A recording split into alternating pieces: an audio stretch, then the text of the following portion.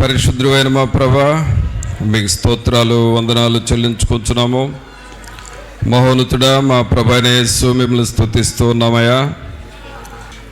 మిమ్మలను స్తుతించుటకును, మిమ్మలను గూర్చి పాడి కీర్తించి ఘనపరచుటకును సహాయము చేయండి. మీ కృపలో మమ్మలను బలపరచమని ప్రార్థన చేస్తూ ఉన్నాము. మీరు మాకు ఇచ్చిన ఈ సమయాన్ని బట్టి మీకే స్తోత్రాలు వందనాలు చెల్లిస్తూ ఉన్నాము. కృపామయుడా, దయా సత్య సంపూర్ణుడా, మీకే స్తోత్రాలు వందనాలు చెల్లిస్తూ ఉన్నాము. మీరు ఈ ఆరాధనకు అధ్యక్షత వహించండి. తండ్రిని ఘనపరచుటకును, రక్షకుడైన యేసుక్రీస్తును మహిమపరచుటకును, మేము నాయన పరిశుద్ధాత్మనితో సహవాసము చేయుటకును కృపను దయచేయండి ప్రభా. మా అంతరంగములను మీరు కనికరించండి, మా అంతరంగములను మీరు బలపరచండి. మీ ఆత్మశక్తిని, ఆత్మ పట్టుదలను మాకు మీరు దయచేయండి. ఆత్మ విషయమై తీవ్రత కలిగి ఉండమని చెప్పినారు, అలాగే దేవుని విషయంలో పట్టుదల కలిగి ఉండమని చెప్పినారు. మీ యొద్ద సహనముతో కనిపెట్టమని మీరు చెబుతున్నారు ప్రభా. అట్టి నాయన స్వభావం మాకు మీరు దయచేయండి. తండ్రి అయిన దేవా, మీ సన్నిధిలోనికి వచ్చి మిమ్మల్ని వేడుకొంచున్నాము. మీరు మాకు అధ్యక్షత వహించండి. ఏ రీతిగా మిమ్మల్ని స్తుతించి ఘనపరచవలనో సమస్త విషయాల్లో మీరే మీ కృపను మాకును మీరు సమృద్ధిగా మీరు దయచేయండి. ఈ ఆవరణమంతా మీ సన్నిధితో నింపండి ప్రభా.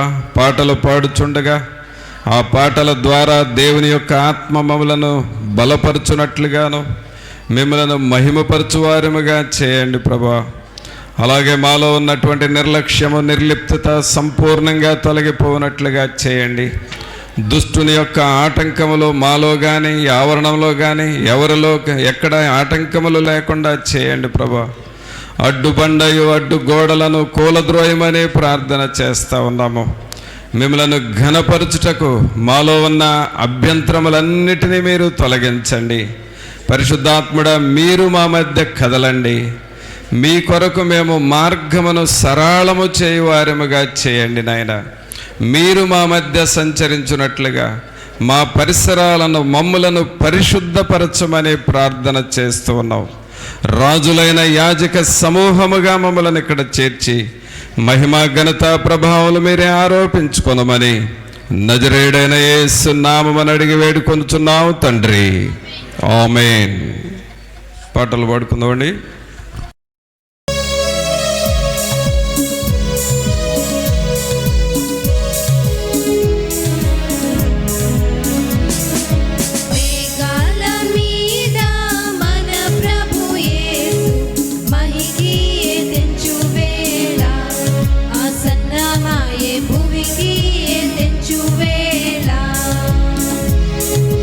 మేఘాల మీద మన ప్రభు యేసు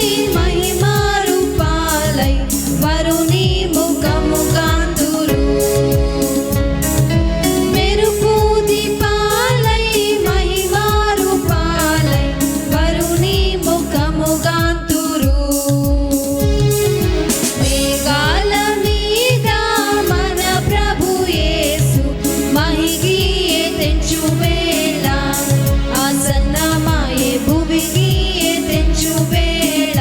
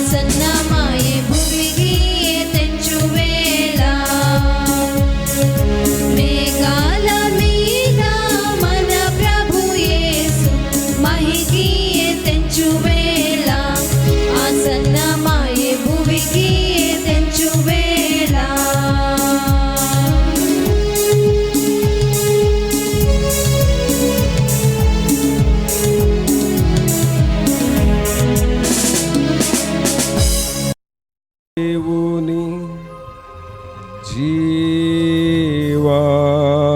జీవాత్మనా మీదికి రమ్ము దేవుని జీవాత్మనా మీదికి రమ్ము వేరాచు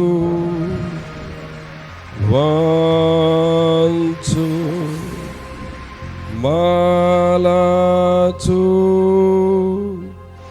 నింపు దేవుని జీవాత్మనా మీదికి రమ్ము. పరిశుద్ధుడైన మా ప్రభా, మహోన్నతుడా, మహాగణుడా, మా ప్రభు అయిన యేసు మీకు స్తోత్రాలు వందనాలు చెల్లిస్తూ ఉన్నాము. మీ సన్నిధిలోనికి వచ్చిన మా పైన మీ మెండైన కృపను చూపుచున్న దేవుడు మీకు వందనాలు చెల్లిస్తున్నాము. మిమ్మలను మేము గ్రహించుకున్నటకును, మిమ్మలను గ్రహించుకునే కొలది మేము లోబడుటకును సహాయము చేయండి ప్రభు. మేము లోబడే కొలదే మీరు మమ్మలను ఘనపరుస్తూ ఉంటారు. అందుకు మీకు స్తోత్రాలు, మీకు వందనాలు చెల్లిస్తున్నాం. ఈ ఆవరణమంతటిలో దేవదూతల సంచారమును ఈ స్థలములో ఉంచండి. పరిశుద్ధాత్మ నింపుదల ఈ స్థలములో ఉంచండి. ఎవరి హృదయాలలో, ఎవరి మనస్సులలో ఎలాంటి పరిస్థితులు ఉన్నా వారిని మీరు ధైర్యపరచండి, బలపరచండి ప్రభా. అందుకే కదా మేము మీ సన్నిధిలో వేడుకుంటూ ఉన్నాము. దేవా, మీ కృపను మాతో ఉంచి మా ఆత్మల విషయమై శ్రద్ధ తీసుకుంటున్న దేవుడు, ఇప్పుడే మేము పాడాము, గుర్తించు దైవం యెహోవా ఓసేన్. మీరు మమ్మలను గుర్తుపెట్టుకునే దేవుడు, మా పైన శ్రద్ధను నిలుపుచున్న దేవుడు, మీకు వందనాలు ప్రభువా. మీ వాక్యము దగ్గరకు మేము వస్తూ ఉన్నాము. మీ సన్నిధి మాతో ఉంచి మమ్మలను బలపరిచి మాతో మాట్లాడమని నజరేయుడైన యేసు నామమున అడిగి వేడుకొంచున్నాము తండ్రి, ఆమేన్. ప్రియులారా, దేవుని వాక్యం చూసుకుందాం. కీర్తనల గ్రంథంలో నుండి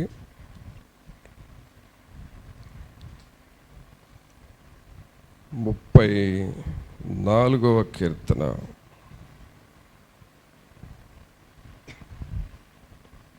34వ కీర్తన 4వ వచనం చదువుదాం. నేను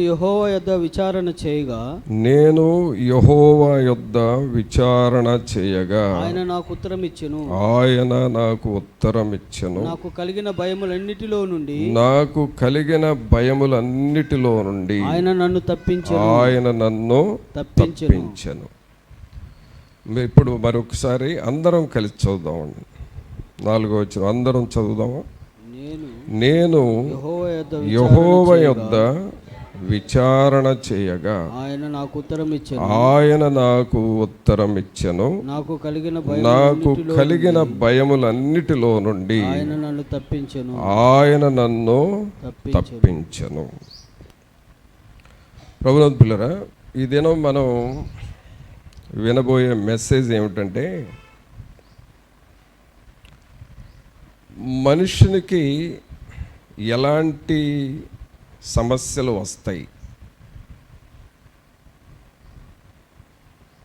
అలాగే ఆ సమస్యల్లో నుండి దేవుడు మనల్ని ఎలా కాపాడతాడు అనే టాపిక్ మనం విందాం ఈరోజు. మనుషులకి ఎలాంటి సమస్యలు వస్తాయి, ఆ సమస్యలో నుండి దేవుడు మనల్ని ఎలాగో కాపాడతాడు. Man problem, god help. మనుషునికి సమస్యలు ఉంటాయి, దేవుడు నీకు సహాయం చేస్తాడు. కావున ఇవి మన జీవితానికి చాలా అవసరమైన మాటలు.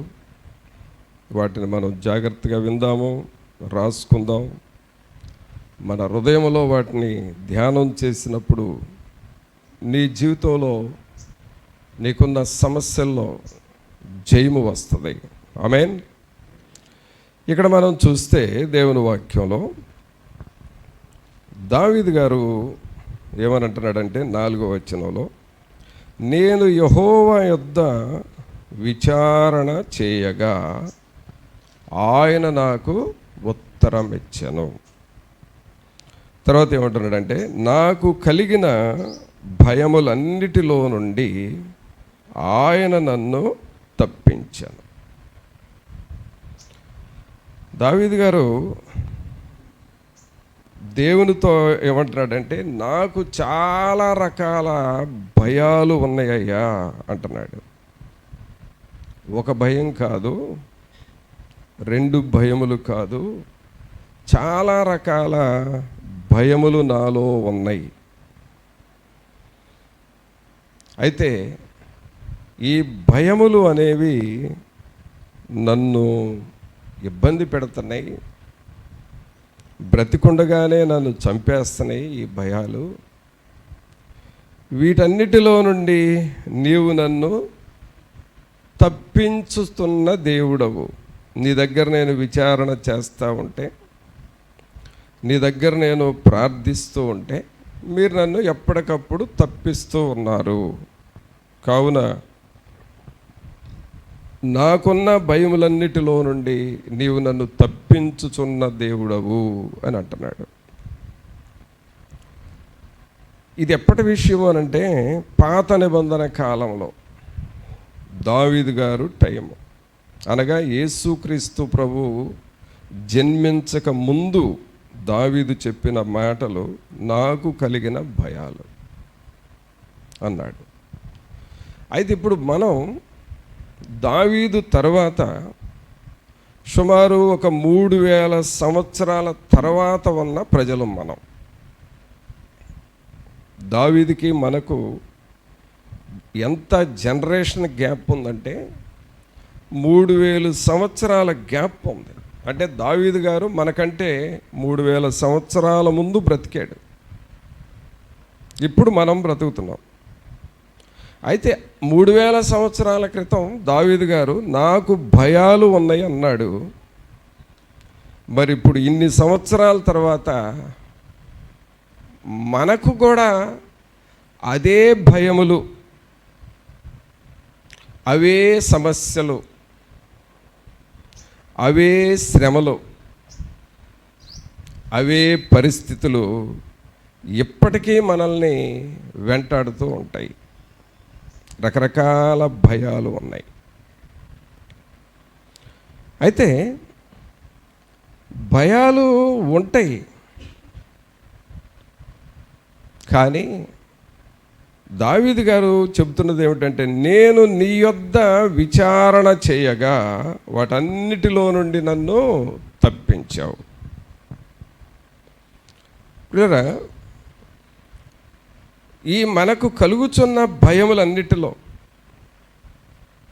దేవుడు మనల్ని తప్పిస్తానని వాగ్దానం చేస్తున్నాడు. అయితే ఎలాంటి భయాలు మనలో ఉంటున్నాయి? అవి భయము అనొచ్చు, లేక సమస్య అనవచ్చు, లేక శ్రమ అనవచ్చు, లేక కృంగుదల అనవచ్చు. అది ఏదైనా కానీ, whatever it may be, but it is a problem. అదొక సమస్య. సహజంగా మనుషులకు ఉండే సమస్యలు, ఆ రోజు దావీదు గారు కొన్న సమస్యలే ఈ రోజున మనుషులకు కూడా ఉంటున్నాయి. ఈ మానవులకు ఉంటున్న సమస్యలు ఏమిటి అని చూస్తే, మొదటి సమస్య మనుషుల్లో ఏముంటుందో చూద్దాం. దేవుని వాక్యంలో యెషయా గ్రంథము 28వ అధ్యాయము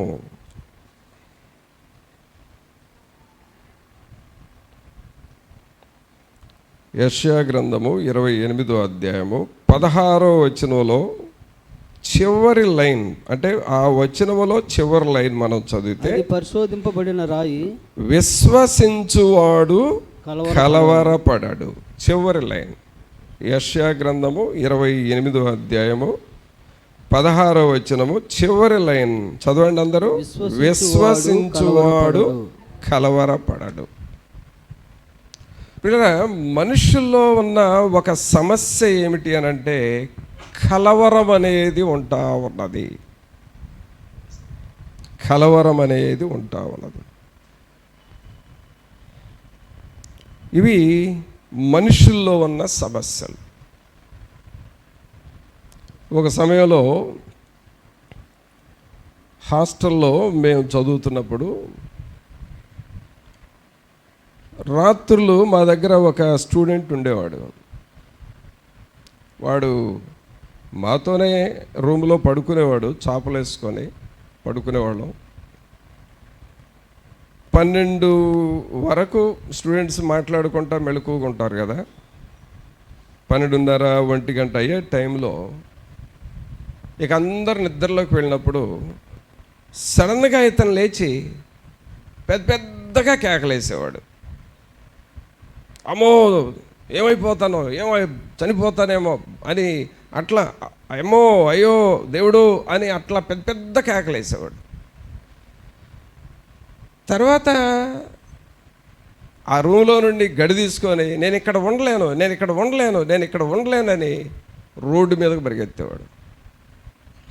ఆ రోడ్డు మీద నుండి రే ఎక్కడికి రా బాబు వెళుతున్నావని వెంబటే పెడితే ఎవరన్నా మళ్ళీ అక్కడి నుంచి పారిపోయి ముళ్ళ కంచెలు ముళ్ళ పొదలు ఉన్న స్థలంలోకి వెళ్ళి అక్కడ దాక్కునేవాడు. ఇక్కడికి ఎందుకు వచ్చేవరా అనంటే అప్పుడు ఒక దయ్యంలాగా అరుస్తూ ఉండేవాడు. ఏమిటి ఇది అంటే, ఇది డైలీ పని, ఒకరోజు కాదు.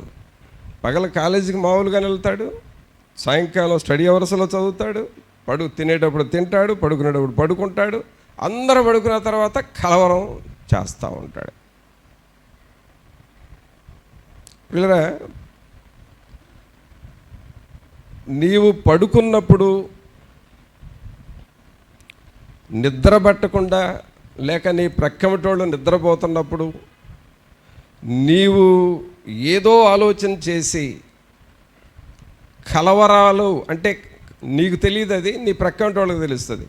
రాత్రి నువ్వు అంత కలవరించేవేంటి అని అంటారు చూడండి. అంత కలవరించేవేంటి అని అంటే, నాకేదో భయం వేసింది, ఏదో వచ్చి తొక్కినట్టుగా ఉంది, ఏదో నన్ను తొందర చేసింది, అందుకని కలవరించాను, భయం వేసింది, లేచి వెళ్ళిపోదామని అనిపించింది అని అంటూ ఉంటారే. అంటే కలవరించే వాళ్ళకి తెలియదు, ప్రక్కన ఉన్న వాళ్ళకి తెలుస్తుంది. అలాంటి కలవరాలు పడుతూ ఉంటారు మనుషులు. కొన్నిసార్లు రాత్రులు ఇంట్లో నుండి బయటికి వెళ్ళాలి అని అనిపిస్తుంది. ఎవరు లేని స్థలంలోకి వెళ్ళి ఒంటరిగా కూర్చోవాలి అని అనిపిస్తుంది. ఇంట్లో వాళ్ళని వదిలిపెట్టి ఒంటరిగా ఎటో పోవాలి అని అనిపిస్తుంది. ఇవన్నీ ఏమిటంటే కలవరాలు. వీటికి పరిష్కారం ఏమైనా ఉన్నదా? ఈ కలవరాలకు పరిష్కారం ఏమైనా ఉందా అని చూస్తే ప్రభు ఏమంటున్నాడు చూడండి. యోహాను సువార్త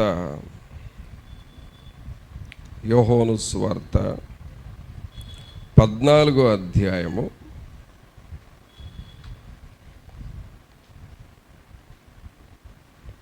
1వ వచనం చదవండి.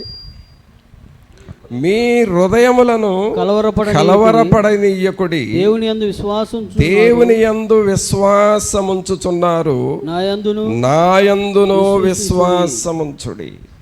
ప్రభునంతులారా, దావీదు గారు అంటున్నాడు, నాకు కలిగిన భయములన్నిటిలో నుండి నువ్వు నన్ను తప్పించావు అని అంటున్నాడు. ఈ భయాలలో ఒకటి కలవరము, అనగా ఒంటరిగా ఉన్నప్పుడు పెద్దగా అరవటం, నిద్రపోతున్నప్పుడు సడన్గా దడుచుకోవటం. కొంతమందికి దడుచుకొని జ్వరాలు వస్తూ ఉంటాయి. అక్కడికి వెళ్ళారండి, వాళ్ళని చూశారండి, దడుచుకున్నారంటండి, వెంటనే జ్వరం వచ్చేసింది, వెంటనే అప్పటి నుంచి బాగాలేదు. కొంతమంది ఆ టైంలో ఆ కలవరపడి బలహీనం అయిపోయి హాస్పిటల్కి వెళ్ళేవాళ్ళు కూడా ఉంటారు.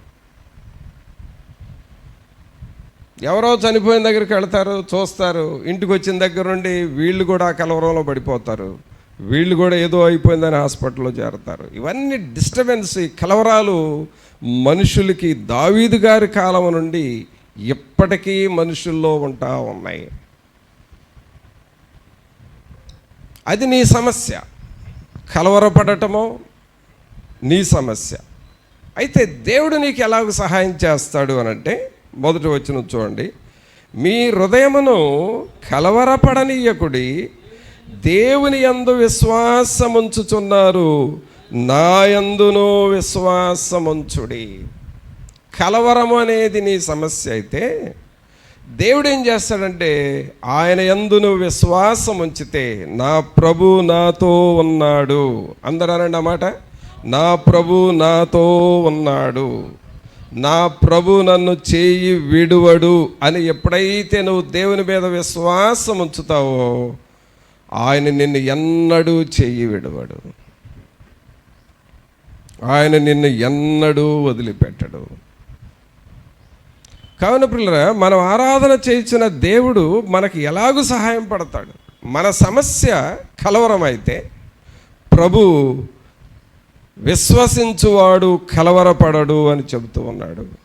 మీరు నా యందు విశ్వాసం ఉంచండి, మీకు ఏ హాని జరగదు అంటున్నాడు.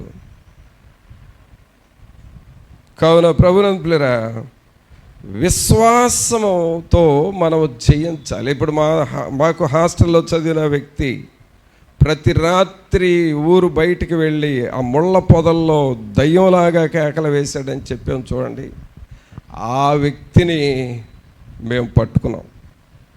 అబ్బాయి, రోజు ఇట్లాగూ కలవరిస్తే కుదరదు, నీలో దయ్యం ఉంది, మాతో రా ప్రార్థన చేద్దామని గ్రౌండ్లోకి రోజు తీసుకువెళ్ళి అతని చేత ప్రార్థన చేయించి, మేము అతని కొరకు ప్రార్థన చేసి, సహోదరులం ప్రార్థన చేయగలిగిన సహోదరులం అందరం ప్రార్థన చేసి, మొత్తం మీద అతనిలో ఆ సమస్య, కలవరం అనే దయ్యాన్ని తోలిపారేశాం. కావున పిల్లరా, నీ హృదయంలో కూడా ప్రస్తుతం ఈ మెసేజ్ మరి దేవుడు ఎందుకు చెప్పేస్తున్నాడో నాకు తెలియదు, మనకేదో అవసరం అనుకుంటాను. నీ హృదయంలో ఇలాంటి కలవరాలు ఏమైనా ఉంటే నువ్వు దేవుని మీద విశ్వాసం ఉంచు. ప్రభు నీ హృదయంలో, నీ ఇంటిలో, నీ గుండెల్లో ఉన్న కలవరాలని తొలగిస్తాడు. మీరందరూ అలాగే కూర్చుంటున్నారు, మనమందరం దేవుని సన్నిధిలో ఉన్నాం. కానీ మీ ఒరిజినాలిటీ ఎక్కడ తెలుస్తుందంటే మీరు పండుకునేటప్పుడు తెలుస్తుంది. మీ ఒరిజినాలిటీ ఎక్కడ తెలుస్తుందంటే మీరు పండుకున్న బెడ్రూమ్ మీద తెలుస్తుంది. ఎందుకు తెలుస్తుంది అంటున్నానంటే, కొట్టుకుంటూ ఉంటారు, కాళ్ళు వణుకుతూ ఉంటాయి, చేతులు వణుకుతూ ఉంటాయి, ఈ గుండెలు అదిరి పడతా ఉంటాయి. ఒకసారి ఉలిక్కి పడతాం అంటాం చూడండి, అలాగొకసారి నీ చెస్ట్ అలాగూ ఉలిక్కి పడ్డట్టుగా లేపుతావు. ఏదో అయిపోయింది అని అంటావు. ప్రక్కన వాళ్ళు నిద్రపోతుంటే నాకు ఏదో అవుతుంది అని చాలాసార్లు నువ్వు చెబుతూ ఉంటావు. ఇదంతా కూడా ఏమిటంటే సాతానుడు నిన్ను పెడుతూ ఉన్న కలవరము. కొన్నిసార్లు ఒంటరిగా బయటికి వెళ్ళటానికి భయపడతావు. కొన్నిసార్లు అందరూ డ్యూటీకి వెళితే ఇంట్లో ఒక్కదానివే ఉండటానికి భయపడతా ఉంటావు. కలవరం. కావున ప్రియులారా, ఈ కలవరపడుతూ ఉన్నవారు అలాగే కంటిన్యూ చేయనవసరం లేదు. ప్రభు అంటున్నాడు, నువ్వు నా మీద విశ్వాసం ఉంచు, నీ కలవరాలని నేను తొలగిస్తాను అంటున్నాడు. ఆమేన్. తర్వాత మానవునికున్న మరొక సమస్య ఏంటంటే భయము. దావీదు గారు అంటున్నాడు, నాకు కలిగిన భయములన్నిటిలో నుండి ఆయన నన్ను తప్పించాను. మనకు ఒక భయం ఉంటుంది. ఏమిటి ఈ భయాలు అని అంటే, ఒక యాంగిల్లో కాదండి, రకరకాల యాంగిల్స్లో వస్తాయి భయాలు. దావీదు గారికి ఎన్నో భయాలు చుట్టుకున్నాయి. అందుకనే నాకు కలిగిన భయములన్నిటిలో నుండి అంటాడు.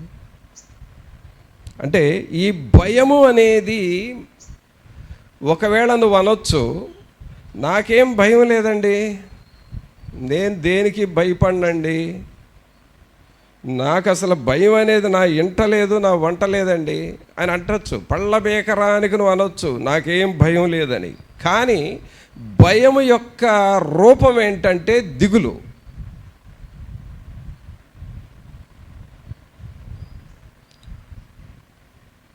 సారోఫుల్ సిట్యుయేషన్ అనేది నీలో ఉంటుంది. దిగులు పడతా ఉంటావు. ఏంటి దిగులు అంటే, పిల్లల్ని గూర్చిన దిగులు ఉంటుంది, కుటుంబంలో ఆర్థిక పరిస్థితులను గూర్చిన దిగులు ఉంటుంది, నా పిల్లలకి మ్యారేజ్లు ఎలాగానే దిగులు ఉంటుంది, మ్యారేజ్లు చేస్తే వాళ్ళ భవిష్యత్తు ఏమిటా, నా పిల్లల కాపురాల సంగతి ఏంటా అని దిగులు ఉంటుంది, నా జాబ్ సంగతి ఏంటి, నా జాబ్ సెక్యూరిటీ సంగతి ఏంటి, నా పిల్లల్ని ఎలా చదివించుకోవాలి, లేకపోతే ఈ రోగం వచ్చింది, ఈ రోగంలో నుండి ఎలా బయటపడాలి, లేకపోతే ఈ రోగం వచ్చింది, దీనికి కావలసిన ఆర్థిక సహాయం ఎలాగో, భవిష్యత్తు ఎలా ఉండబోతుంది, ఇప్పుడే ఎలా ఉంది, రేపు రానున్న కాలంలో ఎలా ఉంటుంది, ఇలాంటివన్నీ ఊహించి ఊహించి ఊహించి ఊహించి అది దిగులుగా మారి చివరికి నీకు భయపెడతా ఉంటుంది. అది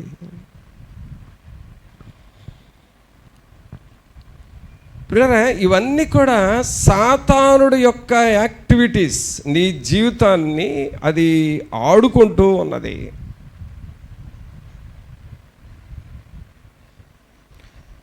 నీ జీవితాన్ని ఇది మన వాళ్ళు క్యాషో ఎలా కొడతారో అలాగూ ఒక్కొక్క రోజు ఒక్కొక్క రకంగా నీ జీవితం మీద సాతానుడు ఆడుకుంటూ ఉన్నాడు.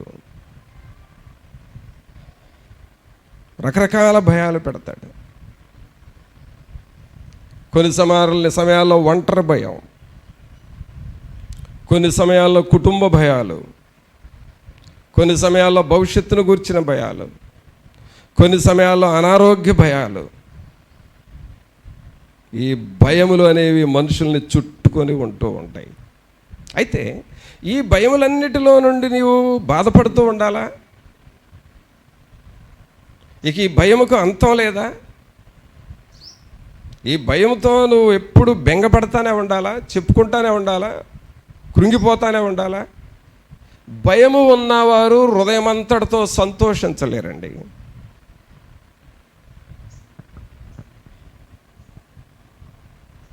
ఒక సహోదరుడు నా దగ్గరికి వచ్చి, అలా కొన్ని సంవత్సరాల నుండి మనోవేదనతో ఉన్నాను, భయంలో ఉండిపోయాను, అస్సలు సంతోషం అనేది నా జీవితంలో మా ఇంటిలో లేకుండా పోయింది అని అన్నాడు. ఆ ఒక్క సెంటెన్సే నాకు చెప్పింది. ఆ ఒక్క సెంటెన్స్తో తన మీద సాతానుడు ఎంత ప్లే చేస్తున్నాడో, ఎంత రోల్ చేస్తున్నాడో నాకు అర్థమైపోయింది.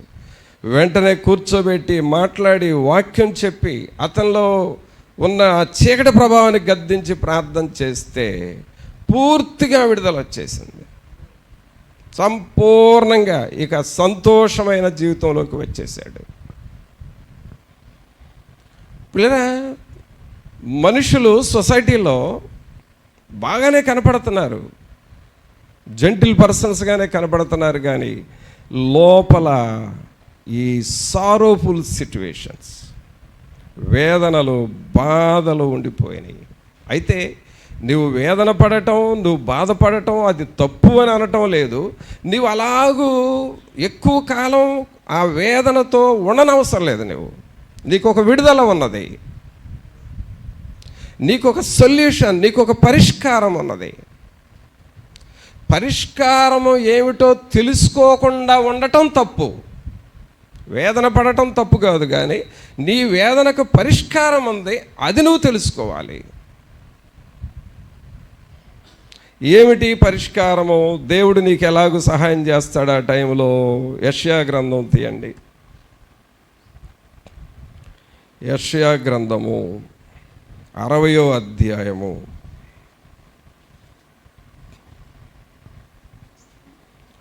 యెషయా గ్రంథము 60వ అధ్యాయము 20వ వచనం చదవండి. నీ సూర్యుడికాను అస్తమింపడు, నీ చంద్రుడు క్షీణింపడు, యెహోవాయే నీకు నిత్యమై వెలుగై ఉండును, నీ దుఃఖములు సమాప్తములగును. చూడండి, అందరూ చదవండి ఈ మాట. 20వ వచనం. నీ సూర్యుడికను అస్తమింపడు, నీ చంద్రుడు క్షీణింపడు, యెహోవాయే నీకు నిత్యమైన వెలుగుగా ఉండును, నీ దుఃఖ దినములు సమాప్తములగును. అందరూ చెప్పండి, మీ చెయ్యి పైకి లేపు. నీ దుఃఖ దినములు సమాప్తములగును. అందరూ చెప్పండి, నా దుఃఖ దినములు సమాప్తములగును. మీ ప్రక్కన చెప్పండి, నీ దుఃఖ దినములు సమాప్తములగును. ఆమేన్. ఏ దినాలండి? ఏ దినాలు? దుఃఖ దినాలు. అంటే లైఫ్లోనండి ప్రతి ఒక్కళ్ళకి, ఈవెన్ పెద్ద పెద్ద సూట్లు వేస్తారే, ఏంటయి సూట్ వేసి టోపీ పెట్టి లగ్జరీగా తిరుగుతారే, వాళ్ళకు కూడా దుఃఖ దినాలు ఉంటాయి. ప్రతి ఒక్కరికి సారోఫుల్ డేస్, దుఃఖ దినాలు ఉంటాయి. అసలు ఈ నెల కొంతమంది ఏమంటారు, ఈ సంవత్సరంలో ఏమంటా ప్రవేశించామనయ్యా, ఒకటే శోధనలు, ఒకటే బాధలు అని అంటారు కొంతమంది. అనగా నీ జీవితంలో దుఃఖ దినములు, సారోఫుల్ డేస్. అందుకనే ఇర్మియా అనే ప్రవక్త ఇర్మియా గ్రంథాన్ని రాసి అంతటితో ముగించలా. ఆయనకున్న బాధలన్నీ మరి ఇంకొక గ్రంథంలో రాశాడు, విలాప వాక్యములు అని రాశాడు. ఏ వాక్యాలండి అవి? విలాప వాక్యములు అంటే బాధల గ్రంథము, దుఃఖ దినముల గ్రంథము అని అర్థం. అందుకనే బాధల్లో ఉన్నవారు విలాప వాక్యాలు చదివితే కొంచెం పరిష్కారం దొరుకుతుంది. అయితే ఈ దుఃఖ దినములు అనగా ఈ సారోఫుల్ సిట్యువేషన్స్ అనేవి ప్రతి ఒక్కరికి ఉంటాయి. కానీ ఇక ఈ దుఃఖముతోనే నువ్వు బ్రతకనవసరం లేదు, ఈ దుఃఖమునే నువ్వు ఆలోచించనవసరం లేదు. ఈ బాధను గూర్చి, ఈ దుఃఖాన్ని గూర్చి అదే పనిగా పగలు రాత్రి ఆలోచించని అవసరం లేదు, ఫోనులు చేసి మాట్లాడిన అవసరం లేదు. ఈ దుఃఖాన్ని గురించి అందరికి చెప్పుకోని అవసరం లేదు. ఎందుకంటే నీకు మనం ఇందాక ఒక పాట పాడాం చూడండి, యెహోవా ఓసేన్, గుర్తించు దైవం. మనలను గుర్తు పెట్టుకునే దేవుడు ఉన్నాడు. నీవు దుఃఖపడుతున్నావు చూడు, నువ్వు బాధపడుతున్నావే, బాధపడ్డప్పుడల్లా కళ్ళల్లో నుండి బళబళ బళబళ నీళ్లు గారుతున్నాయే, నీళ్లు గారినప్పుడల్లా నీ కర్చీఫ్ తీసుకొని తుడుచుకుంటున్నావే, ఆ దుఃఖ దినాలు తుడిచే రోజులు దగ్గరకు వచ్చినాయి. ఆమేన్. గుర్తించు దైవం యెహోవా ఓసేన్, ఆరాధనా నీకే. గుర్తించు దైవం యెహోవా ఓసేన్, ఆరాధనా నీకే. చూసారా, అనగా నిన్ను గుర్తు పెట్టుకుంటున్నాడు. పిల్లరా, దేవుడు ఎప్పుడు కూడా నీ లైఫ్ అనే డైరీలో దుఃఖము ఉండొచ్చు, కానీ ఆ దుఃఖము దినాల్ని తీసివేస్తాను అని చెబుతూ ఉన్నాడు. నేను తీసేస్తాను, నువ్వు కృంగిపోనవసరం లేదు. దావీదు గారు ఏమంటున్నాడు, నేను నీ యొద్ద విచారణ చేయగా నాకు కలిగిన భయములన్నిటిలో నుండి నీవు నన్ను తప్పించావు. కాబట్టి దేవుని దగ్గర నువ్వు విచారణ చేస్తే, దేవుని దగ్గర ఏమిటి ప్రభువా ఈ సమస్య అని నువ్వు ప్రభువు చెప్పగలిగితే, ఆయన ఏమంటున్నాడు, ఎక్కడ వాక్యం, దేవుని వాక్యం ఇప్పుడు మనం చదివాం కదా, 20వ వచనం చదవమ్మా. నీ సూర్యుడు ఇంకను అస్తమింపడు, చంద్రుడు క్షీణింపడు, నీ చంద్రుడు క్షీణింపడు, యెహోవాయే నీకు నిత్యమైన వెలుగుగా ఉండును, యెహోవాయే నీకు నిత్యమైన వెలుగుగా ఉండును, నీ దుఃఖ దినములు సమాప్తములగును, నీ దుఃఖ దినములు సమాప్తములగును, నీకు దుఃఖ దినములు సమాప్తములగును. కావున ప్రభునందు ప్రియులరా, నీవు ఎప్పుడూ ఏడ్చుకోవటం, నువ్వు ఎప్పుడు బాధపడటం, ఎప్పుడు బాధగా బ్రతకటం అనేది దేవుని చిత్తం కాదు, దేవునికి ఇష్టము లేదు. నీకు దుఃఖము ఉండొచ్చు, కానీ అది నీ సమస్య. ప్రభు అంటున్నాడు, నీ దుఃఖమును తుడిచే దేవుడు, నీ కన్నుల కన్నీరు తుడిచే దేవుడు. మనకు ఒక పాట ఉంది, నా కన్నుల కన్నీరు తుడిచిన యేసయ్యకే ఆరాధనా ఆరాధనా, నా కన్నుల కన్నీరు తుడిచిన యేసయ్యకే ఆరాధనా ఆరాధనా ఆరాధనా ఆరాధనా ఆరాధనా ఆరాధనా. నీకెప్పుడు దుఃఖం వేసినా, ఏ పరిస్థితుల్లో నిన్ను దుఃఖపరిచే పరిస్థితులు నీకు వచ్చినా, నువ్వు చేయాల్సింది, ఇది నా సమస్య, ఈ దుఃఖమునకు నీ దగ్గర పరిష్కారం ఉన్నది. దావీదు గారు దుఃఖపడ్డాడు, దేవుడు ఆయనకు సహాయం చేశాడు. షిలోహు మందిరంలోనికి వెళ్ళి హన్నా దుఃఖపడింది, దేవుడు ఆమెకు సహాయం చేశాడు. దేవుని మందిరంలో ఎజ్రా వెళ్ళి ఆ మందిరం వాకిడి దగ్గర ఏడుస్తూ ప్రార్థన చేశాడు, ఎజ్రాకు దేవుడు సహాయం చేశాడు. యెహోషాపాతు అనే రాజు దేవుని మందిరంలోకి వచ్చి ఏడుస్తూ ప్రార్థన చేశాడు, యెహోషాపాతుకు దేవుడు సహాయం చేశాడు. అబ్రహాము కూడా దేవుని దగ్గర ఏడ్చాడు, ఆయనకు సహాయం చేశాడు. ఇర్మియా ఏడ్చాడు, ఇర్మియాకి సహాయం చేశాడు. కావున పిల్లరా, ప్రభు అయిన యేసు నామములో మనం గుర్తుపెట్టుకోవాల్సింది ఏమిటంటే, ఒకవేళ నీ హృదయంలో దుఃఖము ఉంటే ఉండొచ్చు. కనపడుతుందా? కనపడదు. ఇలాగ ప్రార్థనలకు వచ్చినప్పుడు కనపడదు. నీ లోపల ఉన్న బాధ, లేక ఏదైనా ఫంక్షన్కి వెళ్ళి అందరితో కలుస్తావే అప్పుడు కనపడదు నీ బాధ. లేకపోతే నువ్వు డ్యూటీకి వెళ్తావే, ఆ డ్యూటీలో నీ కొలీగ్స్తో కలుస్తావే అప్పుడు కనపడదు నీ బాధ. నీ లోపల ఉన్న దుఃఖం ఎప్పుడు బయటకు వస్తుందంటే, నువ్వు ఒంటరిగా ఉన్నప్పుడు బయటకు వస్తుంది. ఈ దుఃఖాన్ని మనం ఏం చేయాలంటే దేవునికి ట్రాన్స్ఫర్ చేయాలి. నీవు ఒంటరిగా ఉన్నప్పుడు నీతో ఎవరుంటారంటే, ప్రభు అయిన యేసు క్రీస్తు నీతో ఉంటాడు. ప్రభా, నా దుఃఖం నన్ను మాటి మాటికి గుర్తు చేస్తుంది. కూర్చుంటే, నుంచుంటే, ప్రయాణం చేస్తుంటే నాలో ఈ దుఃఖం గుర్తు వస్తుంది. దయచేసి నా భారాన్ని నీకు ఇస్తున్నాను, నా యొక్క భారాన్ని నీకు ఇస్తున్నాను, సహాయం చేయండి అని నువ్వు ఎప్పుడైతే దేవుని అడుగుతూ ఉంటావో, దేవుని మీద ఆధారపడుతూ ఉంటావో, అప్పుడు ఈ వాక్యం మన జీవితంలో నెరవేరుతుంది. నీ దుఃఖ దినములు సమాప్తములగును.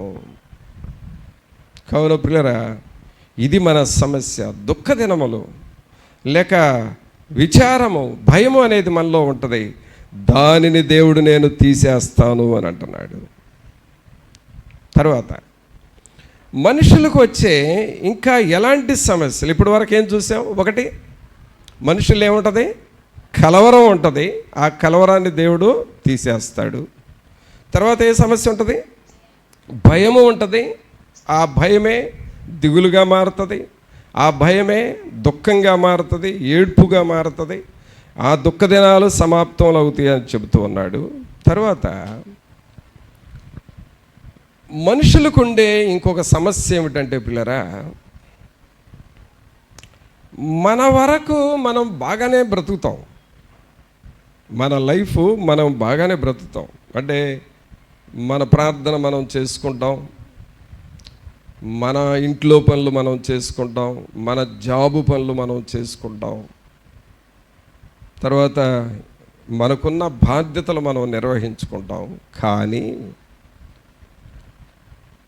ఎవరి పని వాళ్ళు చేసుకునేటప్పుడు ఆ మనుషులకి వస్తున్న ఒక సమస్య ఏమిటంటే, జనరల్గా అందరికి వచ్చే సమస్య ఏమిటంటే, ఏదో ఒక టైంలో ఇతరుల చేత నీవు అవమానపరచబడతా ఉంటావు.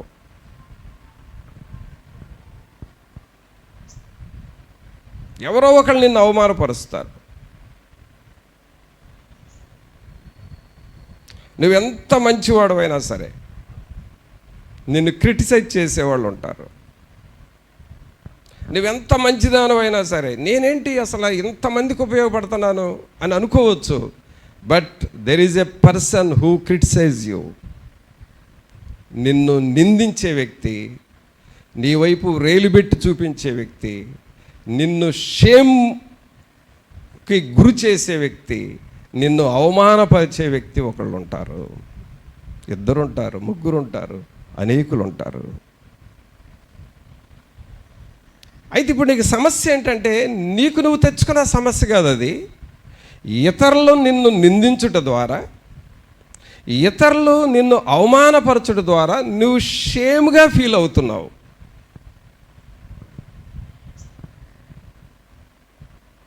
ఈ షేమ్గా ఫీల్ అవటం అనేది నీకు బాధగా మారుతూ ఉంటుంది.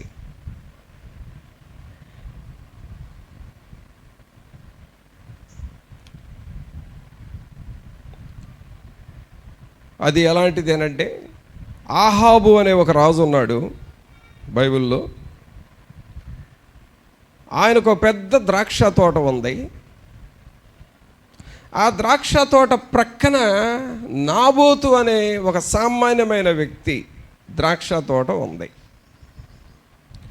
ఈ ఆహాబుకి ఏమనిపించిందంటే, ఆ నాబోతు ద్రాక్ష తోట కూడా నేను తీసుకొని నాకు కలుపుకోవాలి అని అనుకున్నాడు. అతనికి డబ్బులు ఇచ్చేద్దాం, అతను వెళ్ళిపోతాడు, ఆ ద్రాక్ష తోట నా ద్రాక్ష తోటతో కలుపుకుంటే మొత్తం నాకే అయిపోతుందని ఆలోచన వచ్చింది ఆహాబుకి. అతను పిలిపించాడు, రాజు కదైనా నాబోతును పిలిపించి, అబ్బాయి నా చేను ప్రక్కన నీ చేను ఉంది కదా, చిన్నదే కదా, అది నేను డబ్బులు ఇస్తా, ఆ తోట నాకు ఇచ్చేసేయి అని అన్నాడు.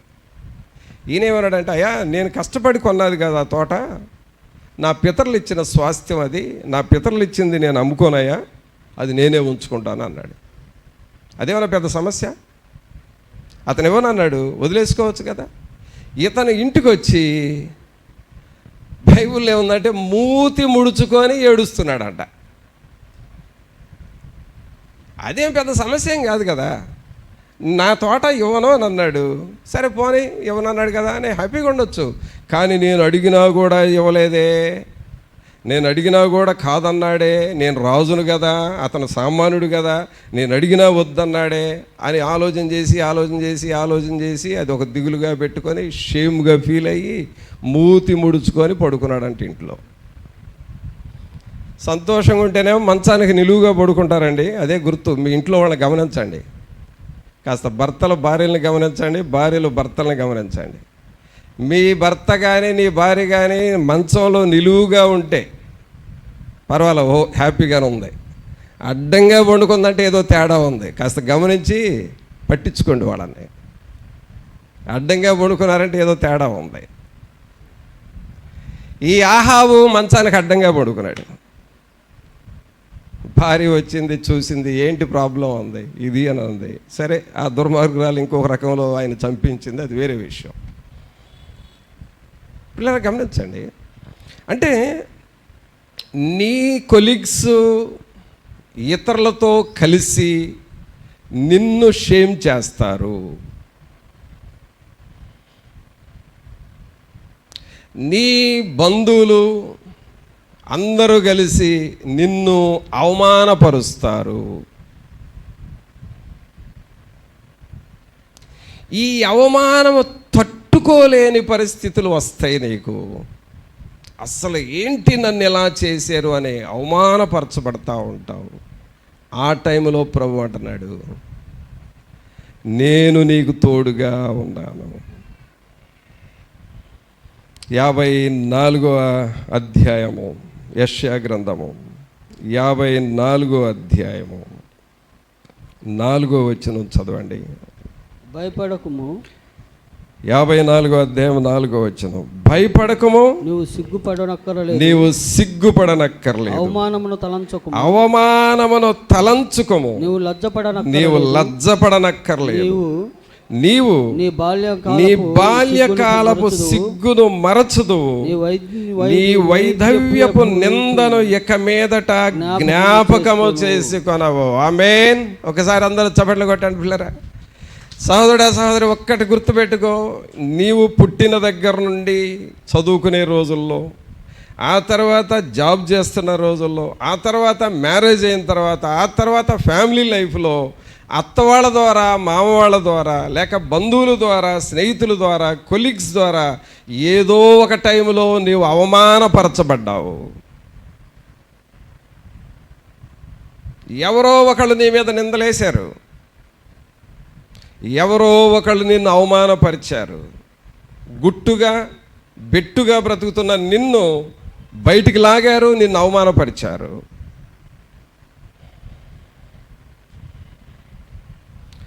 ఆ అవమానాన్ని తట్టుకోలేక లోపల మదన పడ్డావు. రాత్రులు నిద్ర లేకుండా ఏడ్చుకుంటా బ్రతికావు.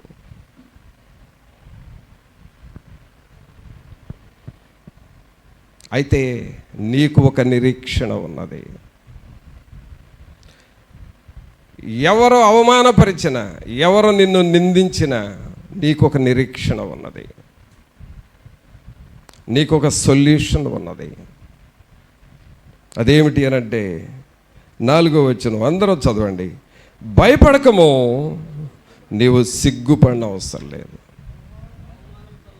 అవమానమును తలంచుకోము, నీవు లజ్జపడనక్కర్లేదు. నీవు నీ బాల్యకాలపు సిగ్గును మరచుదు. నీ వైధవ్యపు నిందను ఇక మీదట జ్ఞాపకము చేసుకొనవు.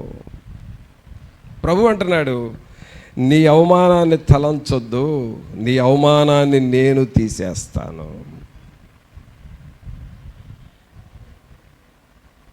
మీకు బైబిల్ నాలెడ్జ్ అంటే ఎస్తేరు గ్రంథంలో ఆ బైబిల్ నాలెడ్జ్ ఉంటే మీకు అవమానము అక్కడ హామాను మొర్దెకై అనే ఇద్దరు ఉంటారండి ఎస్తేరు గ్రంథంలో. చాలా ఇంపార్టెంట్ క్యారెక్టర్స్ ఎవరంటే ఎస్తేరు ఫస్ట్, తర్వాత హామాను మొర్దెకై అని ఉంటారు. ఈ మొర్దెకైని అవమానించాడు హామాను. మొర్దెకై నన్ను చూచి గౌరవించలేదని, నాకు నమస్కారం చేయలేదని, ఈయన నన్ను లెక్క చేయట్లేదని ఈ మొర్దెకై విషయంలో హామాను కుట్ర చేశాడు. మొర్దెకై కృంగిపోలా, నా దేవుడు నాతో ఉన్నాడు, ఏ అవమానం నాకు రాదు, నా ప్రభువు నాతో ఉన్నాడు, నా దేవుడు నన్ను వదిలిపెట్టడు. ఎప్పుడైతే మొర్దెకై దేవుని పాదాలు పట్టుకొని ప్రార్థన చేస్తూ దేవుని వైపు చూస్తూ ఉన్నాడు, హామాను చేసిన అవమానాన్ని పట్టించుకోలేదు, హామాను చేసిన కుట్రలు కూడా పట్టించుకోలేదు. దేవుని మీద ఎప్పుడైతే మొర్దెకై ఆధారపడ్డాడో ఆ తర్వాత మొర్దెకైకి దేవుడు ఘనత వచ్చేటట్లుగా చేశాడు. ఆమేన్. ప్రియులారా, నిన్ను ఎవరైతే అవమానపరిచారో, ఎవరైతే నిన్ను నిందించారో, ఎవరి విషయమై నువ్వు బాధపడుతున్నావో, దేవుడి వైపు నువ్వు చూసినప్పుడు ఆ జనం మధ్య ఆ స్థలంలోనే దేవుడు నిన్ను ఘనపరుస్తాడు.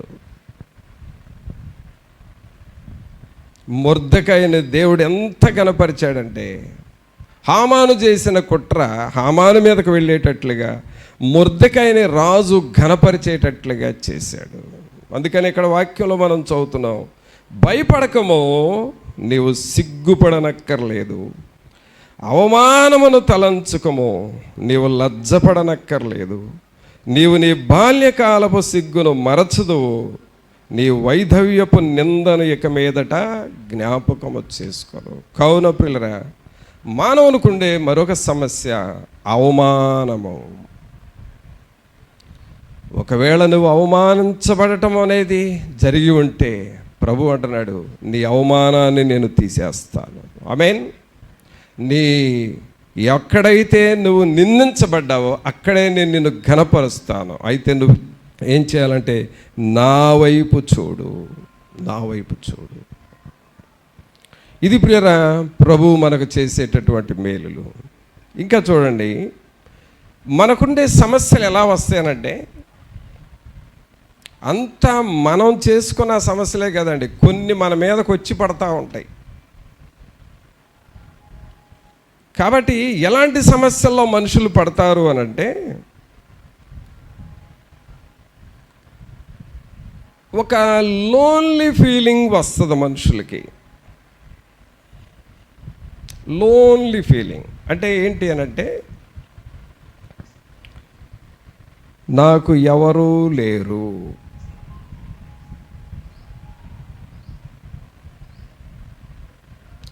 నన్ను గూర్చి పట్టించుకునేవారు లేరు,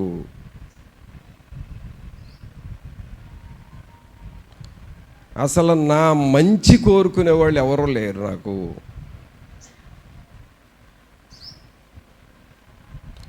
నాకు సపోర్ట్గా ఉండేవాళ్ళు ఎవరూ లేరు, నాకెవరు లేరు, నాకు ఒకళ్ళు కాస్త సహాయకులుగా ఉండేవాళ్ళు అనగా నీ కుటుంబ సభ్యులు ఎవరో ఒకళ్ళు, వాళ్ళు కూడా ఇప్పుడు లేరు. నేను ఒంటరివాడిని, నాకెవరూ లేరు. ఈ లోన్లీ ఫీలింగ్ అనేది నిన్ను నిస్సహాయ స్థితిలోనికి తీసుకొని వెళుతుంది. హెల్ప్లెస్నెస్ అంటాం దీన్ని, హెల్ప్లెస్నెస్. అంటే నాకెవరో సహాయం చేసేవాళ్ళు లేరు, ఉండటానికి బంధువులు ఉన్నారు, ఎవరు నన్ను పట్టించుకోరు, ఉండటానికి తెలిసిన వాళ్ళు చాలామంది ఉన్నారు, ఎవరు నా క్షేమం కోరేవాళ్ళు కాదు.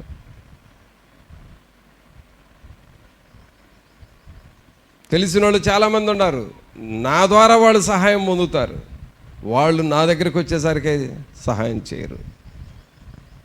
ఐ ఆమ్ హెల్ప్లెస్ కండిషన్, నిస్సహాయ స్థితి. లేరా మానవుని యొక్క సమస్య ఏమిటంటే ఇలాంటి సమస్యలో కూడా పడతారు. నిస్సహాయ స్థితి, హెల్ప్లెస్ కండిషన్. ఎవరు ఇప్పుడు నాకు ఈ ఆపద వచ్చింది, ఎవరు సహాయం చేస్తారు? ఇదిగో ఇప్పుడు ఈ సమస్యలు ఉన్నా నా తరపుగా ఉండి ఎవరు నన్ను విడిపిస్తారు? వాళ్ళకు ఒక పాట వచ్చు. ఎవరికి? ఈ హెల్ప్లెస్ కండిషన్లో ఉన్న వాళ్ళకు ఒక పాట భలే పాడుకుంటారు. ఏంటంటే అది, ఎవరు లేక ఒంటరినై. రాదా మీకు? వచ్చు మీకు, పాడండి. ఎవరు లేక ఒంటరినై కీ దూరమై, ఎవరు లేక ఒంటరినై అందరికీ దూరమై అనాథగా మిగిలాను, రావా యేసయ్యా, రావా యేసయ్యా, రావా యేసయ్యా, రావా యేసయ్యా. ఈ హెల్ప్లెస్ కండిషన్లో ఉండే వాళ్ళకి ఇంకెవరుండారు? నాకు నా పరిస్థితి ఏంటి? కొన్ని సమయాల్లో సాతానుడు ఇంకొక రకంగా కూడా శోధిస్తాడండి మనుషుల్ని. ఎలా అంటే, నీకు అన్నీ బాగుంటాయి, నీకు భర్త భార్య పిల్లలు అన్నీ వెల్ సెటిల్డ్, కానీ అనవసరంగా సాతానుడు ఏమి నేర్పిస్తుందంటే, ఒకవేళ నేను లేకపోతే ఏం పోతే, ఒకవేళ నేను లేకపోతే వీళ్ళు ఎలా బ్రతుకుతారు? ఇది ఒక ఎక్స్ట్రార్డినరీ ప్రాబ్లం మనుషులకి. అంటే సాతానుడు నువ్వు హ్యాపీగా ఉండటం ఇష్టం లేదు, అందుకని ఒక దిగులు పెడతాడు నీకు. నేను లేకపోతే నా భార్య ఎట్లా బ్రతికిద్ది, నా పిల్లలు ఎట్లా బ్రతుకుతారు, వీళ్ళంతా ఏమైపోతారు? అలా ఆలోచన చేసి చేసి చేసి హెల్ప్లెస్నెస్ కండిషన్లోకి వెళ్ళిపోతారు. కానీ పిల్లరా, ఇలాంటి ఆలోచనలు కూడా మనకు వస్తూ ఉంటాయి. అందుకనే 3000 సంవత్సరాల క్రితం దావీదుకి ఏ సమస్యలు ఉన్నాయో ఇప్పుడు మనకు అదే సమస్యలు ఉన్నాయని మెసేజ్ స్టార్ట్ చేసింది. అదే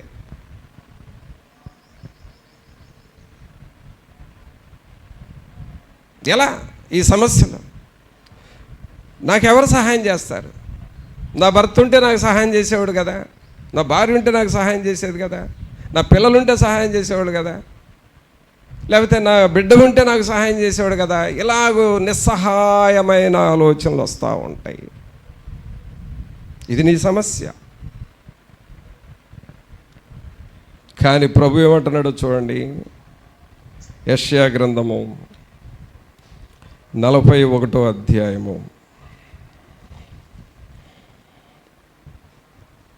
యెషయా గ్రంథం 41వ అధ్యాయము 14వ వచనం చదవండి.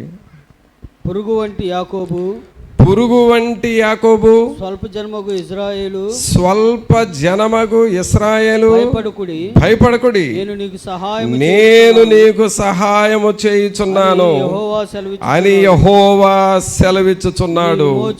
నీ విమోచకుడు ఇశ్రాయేలు పరిశుద్ధ దేవుడే. హల్లెలూయా.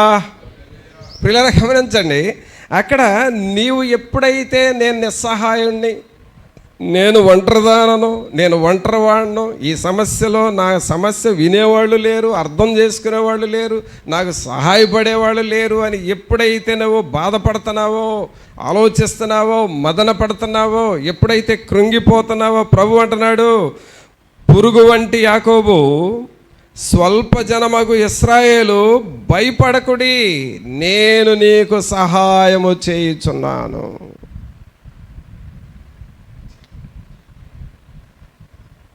పిల్లరా, నీవు నిస్సహాయ స్థితిలో ఉంటే, ఈ పరిస్థితుల్లో ఏం చేయాలి అని, ఎలా బయటపడాలని నువ్వు ఆలోచిస్తూ ఉంటే ప్రభు అంటున్నాడు, నేను నీకు సహాయము చేస్తాను కదా.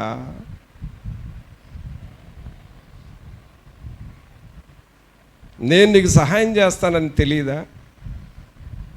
నువ్వు బాధపడతావు. ఏదో ఒక రోజున నీకు సహాయం చేస్తాను. ఆ తర్వాత ప్రభువా, ఇంత సహాయం చేసిన దేవుడు నువ్వు ఉన్నావని నాకు ముందే తెలుసుకొని ఉంటే నేను అనవసరంగా బాధపడ్డాను కదా అని నువ్వు బాధపడతావు ఆ తర్వాత. అందుకనే మనకు సహాయము చేయువాడు మన దేవుడు ఉన్నాడు అనేది నువ్వు అర్థం చేసుకోవాలి. నీవు ఉన్నది నిస్సహాయ స్థితి అయి ఉండొచ్చు. నీ నిస్సహాయ స్థితిలో నీకు సహాయము, నీకు హెల్ప్లెస్నెస్, ఆ కండిషన్లో నీకు దేవుని హెల్ప్, అలాగూ నీకు సహాయం ఉంటుంది. అయితే నువ్వు అలాగూ దేవుని మీద ఆధారపడాలి, దేవుని మీద ఆధారపడతా ఉండాలి. అంతేకాదు పిల్లరా, దేవుడు నీకు ఎంత హెల్ప్ చేస్తాడు అనంటే, హెబ్రీలకు రాసిన పత్రిక తీయండి. హెబ్రీలకు రాసిన పత్రిక 13వ అధ్యాయము. హెబ్రీలకు రాసిన పత్రిక 13వ అధ్యాయము 5వ వచనం చదవండి.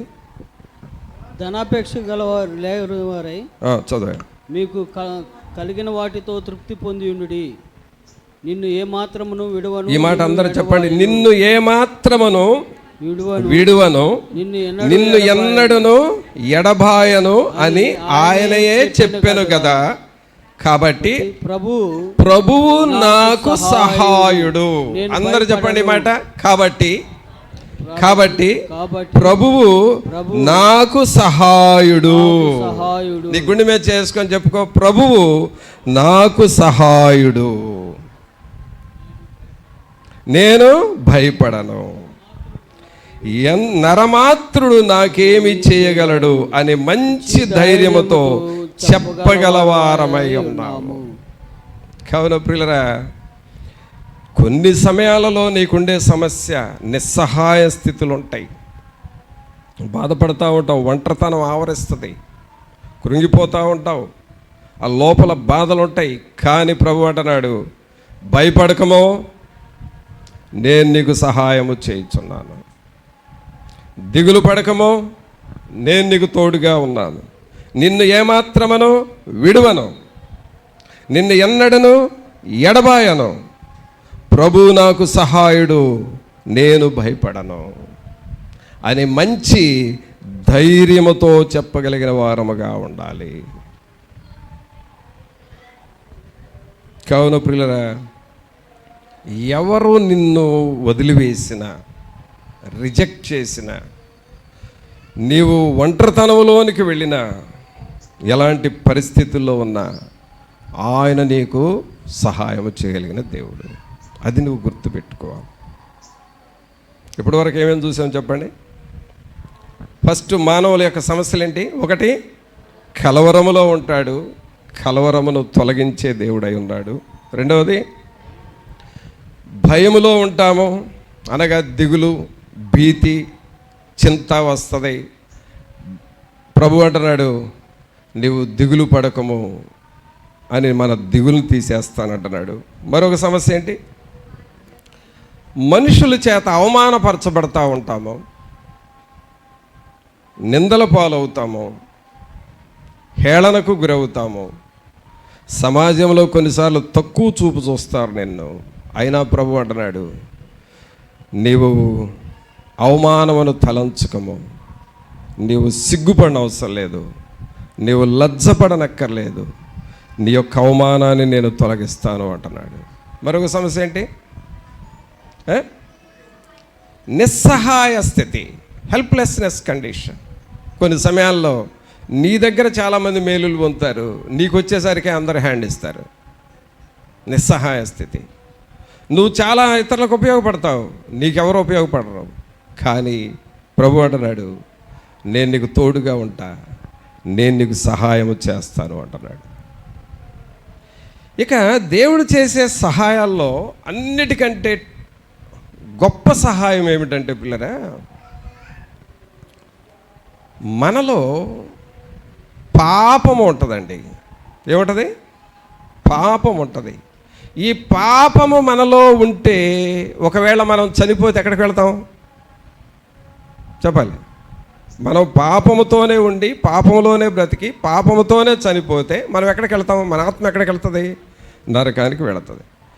ఈ పాపము మనలో నుండి తీసివేసుకొని రక్షణ పొంది బాప్తిసం తీసుకొని ఆ తర్వాత మనం చనిపోతే ఎక్కడికి వెళ్తాం? పరలోకానికి వెళతాం. అయితే ఇప్పుడు మనిషిలో ఉన్న పాపము ఎవరు తీసేస్తారు అంటే గొప్ప సహాయం ఏమిటంటే మనలో ఉన్న పాపమును తీసేసేది దేవుడు మాత్రమే. ఆమేన్. ఇక ఎవరు తీసేయలేరు. ఒకవేళ నీకు రోగం వస్తే డాక్టర్ దగ్గరికి వెళితే మెడిసిన్ ఇస్తాడు కానీ, అంటే రోగాన్ని తీసేస్తాడు కానీ పాపాన్ని తీసివేసే అధికారము దేవునికి మాత్రమే ఉంది. అంటే నరకములోనికి వెళ్లకుండా పరలోకానికి చేర్చే అధికారం ఎవరికి ఉందండి? దేవునికి మాత్రమే ఉంది. అందువలన అది మనకు గొప్ప సహాయము. అయితే పాపాన్ని ఇంగ్లీష్లో ఏమంటారు చెప్పండి? సిన్. సిన్. మీరు కొంచెం బాగా ఆలోచన చేయండి, ఎందుకంటే కొంచెం ఆలోచించగలిగిన వాళ్ళని చెప్తున్నాను. మీ స్టాండర్డ్ని బట్టి నేను మాట్లాడుతున్నాను. కొన్ని ట్యాబ్లెట్స్కి సిన్ అనే మాట వస్తుంది బయట కాదు, ఎండింగ్లో. కొన్ని ట్యాబ్లెట్స్ పేర్లు చెబుతాను. ఆ ట్యాబ్లెట్స్కి చివరిలో సిన్ అనే పదం వస్తుంది. సిన్ అంటే ఏంటి? పాపం. పాపము వలన వచ్చు జీతం ఏంటి? మరణం. అంటే పాపము next step sickness, next step death. పాపము తర్వాత స్టెప్ ఏంటి? రోగం. రోగం తర్వాత స్టెప్ ఏంటి? మరణం. అంటే ఇప్పుడు యేసు ప్రభు నీకు ఎంత సహాయం చేస్తున్నాడంటే నీ పాపాన్ని తీసేస్తున్నాడు, నీ రోగాన్ని తీసేస్తున్నాడు, నీ మరణాలను కూడా జీవమరణంగా పరలోక మార్గంగా నడిపిస్తూ ఉన్నాడు. ఇప్పుడు పాపము ద్వారా రోగాలు వస్తాయి అనే దానికి గుర్తు ఏమిటంటే ఎరిత్రోమైసిన్ అనే ట్యాబ్లెట్ పేరు విన్నారా మీరు? చేతులు ఎత్తండి. ఎరిత్రోమైసిన్ అనే ట్యాబ్లెట్ పేరు విన్నవాళ్ళు విన్నారా? అదేదో ఒక రోగానికే వేసుకునేది. అయితే ఎరిత్రోమైసిన్లో చివరి పదం ఏంటంటే మైసిన్. నా పాపం వల్ల వచ్చిన రోగం అయ్యా అని అర్థం. అర్థమైందా? ఎరిత్రోమైసిన్ ట్యాబ్లెట్ మాత్రం అది అలా దొరిచేసి వేసేసుకొని నీళ్లు పోసుకుంటారు. అసలు ఆ ట్యాబ్లెట్ పేరేంటి? ఎరిత్రోమైసిన్. అంటే ఆ రోగం నీకు ఎందుకు వచ్చింది? మైసిన్, నా పాపం వల్ల వచ్చింది. టెట్రామైసిన్, అది నీ పాపమే, మైసిన్. గ్లూకోమైసిన్, షుగర్కి వేస్తారు, అది నీ పాపమే, గ్లూకోమైసిన్. తర్వాత స్ట్రెప్టోమైసిన్, అది పాపమే. అంటే పిల్లరా, పాపము వలన రోగాలు వచ్చినాయి, రోగాల కోసం టాబ్లెట్స్ వచ్చినాయి. అందుకని దేవుడు ఆ తయారు చేసే వాళ్ళకి ఏం చెప్పాడంటే, ఒరేయ్ వాళ్ళ పాపాల వల్ల వచ్చిన రోగాలని ఈ పేర్లే పెట్టు, మైసిన్ మైసిన్ మైసిన్ అని వచ్చేటట్టు పెట్టించాడు. Erythromycin, టెట్రామైసిన్, గ్లూకోమైసిన్, streptomycin. గ్యాస్కి ఏం ట్యాబ్లెట్ వేస్తావు? గ్యాస్ వస్తే ఏం ట్యాబ్లెట్ వేస్తారు? ఒక ట్యాబ్లెట్ చెప్పండి అమ్మా. ప్యాంటా ప్రోజోల్. జలసిల్ దేనికి వేస్తాం? జలసిల్ దేనికి వేస్తారు? గ్యాస్కే వేస్తారు. జలసిల్లో చివరి పదం ఏంటి? ఇల్. జలసిల్, ఇల్, ILL, ఇల్. ఇల్ అంటే ఏంటి? సిన్ అని అర్థం. కాబట్టి నువ్వు వేసుకునే ట్యాబ్లెట్లో సిన్ అనే పదం, ఇల్ అనే పదం వస్తుందంటే అది పాపానికి సంబంధించిన పదాలు. అసలు గ్యాస్ట్రిక్ ట్రబుల్ ఎందుకు వస్తుందో చెప్తాను. బైబిల్లో చూడండి, నేనేం సొంతగా చెప్పను. యోబు గ్రంథం తీయండి. గ్యాస్ట్రిక్ ట్రబుల్ ఎందుకు వస్తుందో ఈ వాక్యం చెప్పి మిమ్మల్ని పంపిస్తా.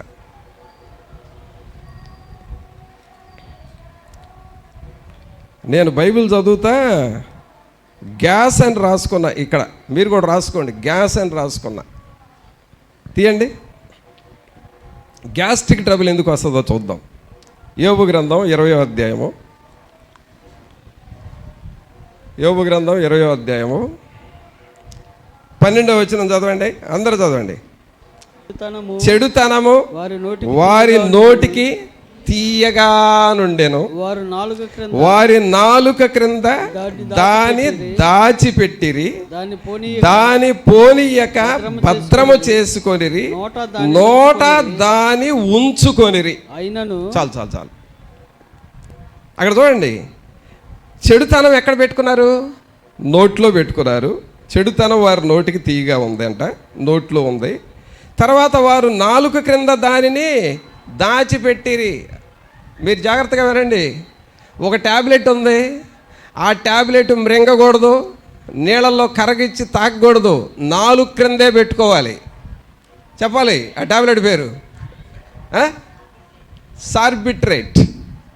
ఈ సార్బిట్రేట్ అనే ట్యాబ్లెట్ను సడన్గా మింగకూడదు, నోరు తెరిచి నాలుగు పైకి లేపి లోపల పెట్టుకొని అలాగే ఉంచాలి. అంటే పైకి మాత్రం ట్యాబ్లెట్ లేనట్టుగా ఉంటుంది నీ నోట్లో, కానీ అడుగును మాత్రం సార్బిట్రేట్ టాబ్లెట్ ఉంటుంది. అలాగ చేస్తున్నారంట మనుషులు. ఏంటది? చెడుతనము వారి నోటికి తీయగా నుండెను, వారు నాలుక క్రింద దాని దాచిపెట్టిరి. అంటే ఏం దాచిపెట్టారంటే చెడుతనము నాలుక క్రింద దాచిపెట్టారు. తర్వాత ఏమైంది? దాని పోనీయక భద్రము చేసుకొనిరి. అమ్మో, ఈ నా నోట్లో నుండి బయటికి పోవద్దని భద్రంగా పెట్టుకున్నారంట. నోట దానిని ఉంచుకొని, అంటే ఆ చెడుతనము నాలుగు పైన పెట్టుకున్నారు, నాలుగు క్రింద పెట్టుకున్నారు, నోట్లో పెట్టుకున్నారు, దాన్ని మాత్రం బయటికి పోనివ్వట్లేదు. అది సమస్య. దాని ద్వారా వచ్చిన ఎఫెక్ట్ ఏంటంటే 14వ వచనం చదవండి. అయినను వారి కడుపులో వారి ఆహారము పులిసిపోవును. పులిసిపోవటం అంటే ఏంటి? పులిసిపోయింది అని అంటే అర్థం ఏంటో తెలుసా? గ్యాస్ వచ్చిందని అర్థం. ఆమేన్. పులిసిపోవటం ఎప్పుడు పులుస్తుంది అని అంటే, ఇప్పుడు మీకు పుల్లటి తేపులు వస్తాయి, అదే పులిసిపోవటం. రాత్రి తిన్నది అరగలేదే, అదే పులిసిపోవటం. ఏంటనయ్యా ఆకలి అవ్వట్లేదు, మందగించిందని అంటావే, అదే పులిసిపోవటం. ఆకలి చచ్చిందంటావే, నువ్వు బ్రతికేమంటావు, ఆకలి చచ్చింది, అదే పులిసిపోవటం. ఆ పులిసిపోవటమే గ్యాస్. అందుకని ఇక్కడ ఏమని చూస్తున్నావు? అయినను వారి కడుపులో వారి ఆహారము పులిసిపోవును, అది వారి లోపట నాగుపాముల విషమగును. తిప్పుతుందంటావే, కడుపు అంత తిప్పుతుందంటావే, అది గది. కాబట్టి ఇప్పుడు గ్యాస్ ప్రాబ్లం ఎందుకు వచ్చిందా అని స్టడీ చేస్తే బైబిల్ ఇది ఎక్కడ దొరికింది నాకు ఆన్సర్. అర్థమైందా? అందుకని మీరు కూడా రాసుకోండి, గ్యాస్ కంపెనీ అని పెట్టుకోండి. అక్కడ అసలే ఇప్పుడు గ్యాస్ కూడా దొరకట్లేదు, బోల్డ్ గ్యాస్ ఉంది మీలో, అది చాలు. కావున ప్రియులరా, ఇలాంటి సమస్యలు, ఇది పాపం యొక్క సమస్యలు. అందుకనే యేసు ప్రభు నీకేం చేస్తాడంటే, ఈ పాపమును నీలో నుండి తీసివేసి నిన్ను పరలోకానికి చేరుస్తాడు. ఆమేన్. కావున మనకు ఎన్నో సమస్యలు ఉన్నాయి. ఈ సమస్యలైనటువంటి ప్రభువు నీకు విడుదలనిచ్చి నీకు సహాయం చేసే ఈ దేవుని వైపు మనము చూడాలి. అందుకనే మొదటి వాక్యం చూద్దాం. కీర్తనల గ్రంథము 34వ కీర్తన 4వ వచనం. నేను యెహోవా యొద్ద విచారణ చేయగా ఆయన నాకు ఉత్తరం ఇచ్చెను, నాకు కలిగిన భయములన్నిటిలో నుండి ఆయన నన్ను తప్పించెను. కావున ప్రభు నిన్ను తప్పిస్తాడు, నీకు సహాయం చేస్తాడు, నీ సమస్యలన్నిటి నుండి విడుదల చేస్తాడు. నీవు దేవుని వైపు చూస్తే నీకున్న సమస్యల్లో ప్రభు మనకు సహాయం చేస్తాడు. మరి ప్రార్థన చేద్దామా? అందరము తలలు వంచి ప్రభు సన్నిధిలో, అవును ప్రభా, నా సమస్యలకు పరిష్కారము మీరిస్తున్నారు. మీరు నా దేవుడు, నా రక్షకుడు ప్రభువా. మీకు వందనాలు, మిమ్మల్ని స్తుతిస్తున్నామని హృదయమంతటితో దేవునితో చెబుదాం. మన హృదయమంతటితో మన సమస్యలు దేవునికి చెబుతూ, పరిశుద్ధుడైన మా ప్రభువా, మీ కృపలో బలపరచండి నాయన. మీ సన్నిధిని, మీ ఆత్మశక్తిని, మీ కాపుదల మాకివ్వండి ప్రభు అని మనం ప్రభువుని అడుగుదాము. పరిశుద్ధుడైన మా ప్రభువా, మీకు స్తోత్రాలు, వందనాలు చెల్లిస్తూ ఉన్నాము. మహోన్నతుడా, మహాగణుడా, మా ప్రభు అయిన యేసు, మిమ్మల్ని స్తుతిస్తున్నామయ్యా. ఈ ప్రియులను మీరు దర్శించండి. మా జీవితంలో వచ్చే అనేక రకాల సమస్యలు, ఏ సమస్య వచ్చినా మాకు కలిగిన భయములన్నిటిలో నుండి నేను వారిని తప్పిస్తాను అని చెప్పారు కదా, అట్టి కృపను మాకు దయచేవాడా మీకు వందనాలు. ఈ ప్రియులను మీరు దర్శించి వీరి సమస్యలన్నిటి నుండి విడుదల చేసి, మీ కృప, మీ సహాయము, మీ జయమును దయచేసి మీరే బలపరిచి వాక్యం మా హృదయంలో నిలిచి ఫలించులాగా చేయమని నజరేయుడైన యేసు నామమున అడిగి వేడుకొనుచున్నాము తండ్రి. ఆమేన్.